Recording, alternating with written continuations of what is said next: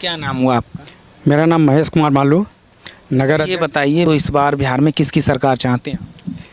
NDA की सरकार बनेगी, नीतीश कुमार जी मुख्यमंत्री बनेंगे। और जो हम लोगों ने जो 2005 के पहले की जो सरकार हम लोगों ने देखी है यहाँ पर, उसमें और 2005 के बाद जो बदलाव आया है बिहार के अंदर, तो उसमें काफ़ी जो है बदलाव आया। सड़क, बिजली, पानी, आपको अभी गरीब लोगों के लिए 400 के बदले 1100 रुपये जो है सो वृद्धा पेंशन, विकलांग का पेंशन, 125 यूनिट बिजली फ्री मिली है। अभी बदलाव काफ़ी आया है इसमें, और भी बदलाव आएंगे। सड़क, पुल पुलिया इतने बने हैं जिसका कोई कहा नहीं जा सकता। 2005 के बाद, 2005 के पहले तो हम लोग तो उसमें मर रहे थे सब कोई। हाँ, सड़क नहीं थी कि घर से 6 बजे लोग निकल नहीं सकते थे। अच्छा जी, ये था, ये स्थिति थी। यहाँ पर लोगों को लूट लिया जाता था। पटना में तो एजेंसियाँ सारी काफ़ी बंद हो गई, और यहाँ से लोग पलायन करके चले गए उस वक्त में, 2005 के पहले, लालू की सरकार, लालू जी की सरकार में। और आज फिर हम उनके लड़के को देख करके क्या हम फिर वापस उसी गर्त में जाएं, जो कि फिर हम उसी तरह से फिर 2005 के पहले वाली ज़िंदगी में जीने के लिए चले जाएं, फिर वापस यहाँ से हम लोग बिहार छोड़ के जाएं कहीं बाहर। लेकिन लालू जी की बेटे की बात कर रहे हैं, तेजस्वी यादव कह रहे हैं कि बिहार को केवल बिहारी ही चलाएगा, बाहरी नहीं। जो 2 गुजराती की बात करते हैं ना, वो कि वो नहीं चलाएंगे। नीतीश कुमार जी तो बिहार के ही हैं, वो बंगाल और पाकिस्तान के थोड़ी आए हैं। नीतीश हमारे बिहार के हैं, तो मुख्यमंत्री हमारे बाहर के हैं कहाँ? जो कोई लोग कहते हैं कि गुजरात के लोग हैं, तो नीतीश जी को बता दें गुजरात का, मतलब वहाँ का दिखा दें गुजरात के ये हैं, तो मान लेंगे गुजरात के हैं वो। नीतीश कुमार जी हमारे यहाँ के बिहार के पैदा लिए, बिहार में हैं, बिहार के मुख्यमंत्री आज 2005 से आज तक हैं, और आगे भी वो रहेंगे। आगे भी रहेंगे जी, निश्चित रहेंगे। और सरकार बनेगी, एनडीए सरकार बनेगी, नीतीश जी मुख्यमंत्री बनेंगे। बच्चियों को साइकिल मिले, पोशाक मिले, किताबें मिल रही है, काफ़ी चीज़ का बदलाव हुआ 2005 के बाद। हम क्या हुआ, कितना बदला है बिहार? भाई साहब कह रहे हैं कि बहुत बदला है बिहार, बिहार अब प्रगति कर रहा है। सबसे पहले तो मैं आपके चैनल को धन्यवाद देता हूं कि आप हम लोग तक पहुंचे हैं। मेरा नाम दीपेश झा है। अभी देखिए, आपने बताया कि मुख्यमंत्री का चेहरा है तेजस्वी यादव। अब मुख्यमंत्री का चेहरा उसको उसके पिताजी ने बनाया है। बिहार के जनता ने उनको नहीं चुना है, और ना ही उनको कभी मौका मिला है इससे पहले, ना आगे मिलने जा रहा है। और जिस व्यक्ति की नैया खुद डूब रही हो, वो व्यक्ति दूसरे को तैराकी नहीं सिखाता है, ठीक है। और बिहार और गुजरात, या जो हमारा और अन्य प्रांत है, हम सभी एक देश का हिस्सा हैं। कहीं कोई अगर आ रहे हैं, जा रहे हैं चुनाव प्रचार के लिए, तो इसका मतलब ये नहीं है कि वो हमको कंट्रोल करने आ रहे हैं, वो हमारा मदद देने आते हैं यहाँ पे। और निश्चित ही बिहार का जो सरकार है, वो कोई ना कोई बिहारी ही चलाएगा। और बिहार चाणक्य का धरती है, चंद्रगुप्त का धरती है, सम्राट अशोक का धरती है, आर्यभट्ट का धरती है, राजेंद्र प्रसाद जी का धरती है। बिहार को नेता की आवश्यकता नहीं है कि भाई नेता हम बाहर से ट्रांसपोर्ट करके लाएं, और ये सब बात तो खैर कहीं से भी हजम नहीं होता है। और ये देखिए, जो भी लोग इस प्रकार से बोल रहे हैं, तो वो उनका व्यक्तिगत मत है जी। ऐसा विधानसभा ये रोसड़ा से कौन से प्रत्याशी हैं, नाम क्या? रोसड़ा से एनडीए के प्रत्याशी। एनडीए के प्रत्याशी तो हमारे माननीय, आप इसी विधानसभा से रोसड़ा से ही हैं? हाँ, रोसड़ा से ही हैं। और हमारे विधायक जो अभी पूर्व में भी थे, माननीय श्री वीरेंद्र कुमार जी, वहीं इस बार भी पुनः फिर से प्रत्याशी हैं। एक बार पहले भी वो विधायक थे, अभी सिटिंग एमएलए हैं।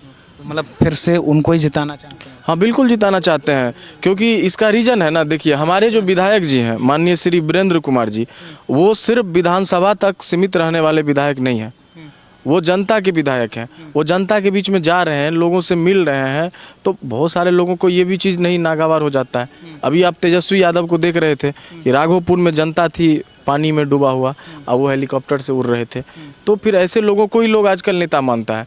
अगर नेता कहीं आपके यहाँ चला जाए, किसी गरीब के यहाँ खाने के लिए चले जाए, तो उसको ये बड़ी विडम्बना है, मुझे ऐसा कहना पड़ रहा है कि लोग उसको फालतू समझने लगते हैं, बेकार लोग समझते हैं। नेता कैसा होना चाहिए भाई? तो नेता ऐसा होना चाहिए, लोग जो कल्पना करके बैठे हैं कि एसी गाड़ी होनी चाहिए, एक अच्छा हेलीकॉप्टर होना चाहिए, और अगर वो ऊपर ऊपर चल रहे हैं, ज़मीन पे उनका कोई पकड़ नहीं है, तो वो अच्छे नेता हैं। तो ये सब विडम्बना से लोगों को भी बचना चाहिए। और निश्चित ही माननीय नीतीश जी के नेतृत्व में एनडीए इस बार फिर से सरकार बनाने जा रही है। हम रोसड़ा भी जीतने जा रहे हैं माननीय विधायक जी के नेतृत्व में, और जो हमारा मोदी जी का अपना कार्य का प्रभाव रहा है पूरे देश में। हाँ, मोदी जी के नाम पर वोट जनता देगी, आप कह रहे हैं कि मोदी जी का भी काम देखेगी जनता? हाँ, बिल्कुल, कोई बुराई नहीं है। बिल्कुल, हमारे नेता मोदी जी हैं, हमारे नेता 100% मोदी जी ही हैं। मोदी जी कैसा देश में काम कर रहे हैं, प्रधानमंत्री हैं, देश को कैसे चला रहे हैं? भैया अच्छा काम कर रहे हैं तब तो जा रहे हैं उनके नाम पे वोट मांगने। बढ़िया काम कर रहे हैं ना। हमारे प्रधानमंत्री जी ने जो पिछले 10 साल से, आज 11वां साल है उनका जो कार्यकाल रहा है, ठीक है। अभी हमारे जो सेना को उन्होंने दुरुस्त किया है बॉर्डर पे, राष्ट्र हित में उन्होंने बहुत सारा कदम उठाया। वैश्विक नीति में जो हमारा देश सबल बना है, बहुत सारे ऐसे मुद्दे थे। अभी 370 की बात चल रही थी, राम मंदिर हमारा 500 साल पुराना, बड़े बड़े ऐतिहासिक काम जो मोदी जी के रीजन में हुए हैं और वो जन जन तक जो पहुंच करके लोगों का सेवा करने का काम किए, वो हमारा भी आधार है। तो हमको ये बताने में क्या बुराई है। तो निश्चित हमारे नेता नरेंद्र मोदी जी हैं, क्योंकि हमारे जो भी नीतीश जी भी के बारे में बताना चाहूँगा थोड़ा सा, कि नीतीश जी भी जो है हमारे, वो बहुत मजे हुए व्यक्ति हैं। वो एजुकेटेड आदमी है, वो अपने समय में एक अच्छे कौशल इंजीनियर थे। उनको पता है कि बिहार को इंफ्रास्ट्रक्चर, सड़क, अन्य सुविधाओं को कैसे प्रदान करना है। लेकिन आप जिसकी बात कर रहे हैं, जो व्यक्ति नौवीं फेल है, ठीक है, हमारे गांव घर में एक कहावत है कि बंदर को अदरक का स्वाद नहीं पता होता है। जो व्यक्ति खुद नौवीं फेल है, जिसने कभी ढंग से स्कूल गया नहीं, वो एजुकेशन को क्या समझेगा, वो शिक्षित व्यक्ति को क्या महत्व देगा, समझ रहे हैं ना। तो जो व्यक्ति खुद अंधकार में है, उसको पूरा दुनिया अंधकार दिखाई दे रहा है। मैं तेजस्वी यादव के ऊपर मैं एक विशेष टिप्पणी करना चाहूँगा कि भाई, ये बिहार किसी के पिताजी का खैरात नहीं है। लोगों ने तुम्हारे पिताजी पे भरोसा करके वोट दिया और लोगों ने तुम्हारा कार्यकाल देखा कि किस प्रकार से बिहार जंगल राज से गुजर रहा था। समझ रहे हैं, फिल्म में कहावत नहीं होता है, माँ कहती है कि सो जाओ नहीं तो गब्बर आ जाएगा। उसी तरह वही स्थिति सिर्फ घर की नहीं थी, सड़क की भी थी। लोग, महिलाएं, बच्चे, युवा, ये सब अपने आप को असुरक्षित महसूस करते थे और यही सब देख करके जनता ने उनको नकारा है।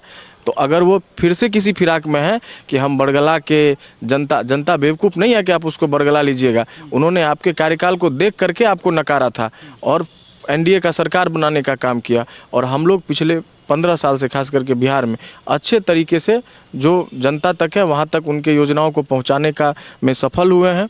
एनडीए सरकार, हाँ, एनडीए की सरकार आएगी। आप बताइए भाई साहब, को काफ़ी देर से सुन रहे थे, आप युवा हैं, तो बिहार का युवा किसके साथ जाना चाहेगा?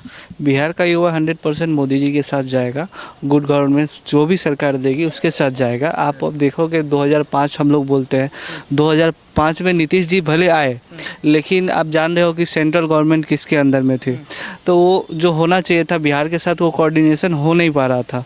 जब 2014 में हमारे मोदी जी प्राइम मिनिस्टर बने, उसके बाद हमारा कोऑर्डिनेशन थोड़ा चलने लगा। बीच में कुछ दिनों के लिए नीतीश जी गए भी आरजेडी के साथ 1 साल या 2 साल के लिए, लेकिन उस समय फिर से जब स्थिति डमाडोल हुई, फिर से आगे पीछे चलता रहा। लेकिन लास्टली यही मतलब निष्कर्ष निकल रहा है कि ये जो एनडीए की सरकार है वो बिहार के लिए सही है, डबल इंजन की सरकार है कि सही रहेगी। क्योंकि कहीं ना कहीं विकास करने के लिए सेंट्रल से कोऑर्डिनेशन बहुत ज़रूरी है। अगर सेंट्रल से कोऑर्डिनेशन नहीं होगा तो नहीं ग्रोथ कर पाएगा। अच्छा, युवा की बात तो तेजस्वी यादव कर रहे हैं, नौकरियां देने की बात कर रहे हैं, तो ये तेजस्वी यादव पे भरोसा नहीं है? लैंड टेन का कोई चांस नहीं है क्या? आप कैमरा पे आके कुछ भी बोल दे रहे हो, ऐसा बोल रहे हो कि हमारी सरकार आएगी, हर एक घर में एक एक नौकरी दे देंगे, लेकिन आप जब उसको प्रैक्टिकली सोचोगे तो वो क्या पॉसिबल है क्या? अरे अभी तेजस्वी यादव को तो मैं कहूँगा कि तुम मुझे एक काम करके दिखा दो इस जन्म में, कि तुम एक चपरासी बन के दिखा दो। चपरासी पॉसिबल ऑफिशियली जो तरीका है जाने का, तुम एक चपरासी बन के दिखा दो। उसके बाद तुम एजुकेशन की बात करना, युवाओं को रोजगार देने की बात करना। ये बरगलाने से काम नहीं चलेगा। हमारे पास खुद रोजगार है नहीं, हम जी रहे हैं पिताजी के नाम पे, हम जो है दूसरे को रोजगार देने की बात कर रहे हैं। जनता ये सब मिथ्या में इस बार पढ़ने वाला नहीं है, अपना कॉन्सेप्ट क्लियर कर लिया है, ठीक है, कि हमको बात समझ में उसको आ चुका है कि ये व्यक्ति हमको बरगला रहा है और हम लोग इसमें झांसा में नहीं फंसने वाले हैं। एक भी वो लेटर डिस्प्ले कर दे जिसमें उन्होंने कि अपने साइन से इनिशियल दिया है कि हाँ हमने इतना मतलब नौकरी दी है बिहार को, सिर्फ बोल देना अलग चीज़ है। अच्छा ये बताइए, मोदी जी कैसा कर रहे हैं देश में? आप युवा हैं, वो हाँ, मोदी जी कैसा काम कर रहे हैं देश में? मोदी जी का विजन तो आप देख ही रहे होगे, 2014 से पहले क्या कंडीशन थी और 2014 के बाद हमारा देश किस तेज़ी रफ्तार से आगे बढ़ रहा है।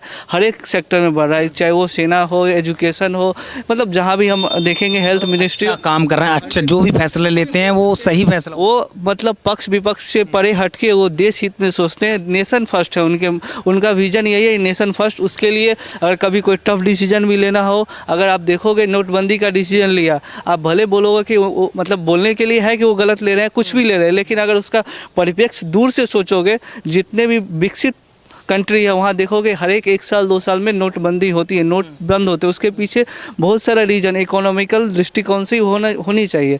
तो वो ऐसा नहीं सोचते हैं कि ये डिसीजन लेने के बाद हमारा पक्ष खराब हो जाएगा, मुझे वोट, ऐसा वो सोचते तो वो मतलब बहुत सारे टफ डिसीजन है, राम मंदिर का हो, धारा 370 का हो, नोटबंदी का हो, बहुत सारी चीज़ें उन्होंने देश हित में सोचा है। आप अभी देखोगे हम लोग के पास एक हेल्थ कार्ड बना हुआ है और बोलने के लिए है कि बहुत सारे स्टेट में उसका फ़ायदा दिया भी जा रहा है, नहीं भी दिया जा रहा है, लेकिन एक गरीब घर की तरफ से सोच के देखोगे 1 साल में आपको 2 लाख का हेल्थ ये फ्री है, तो बहुत बड़ा चीज़ है।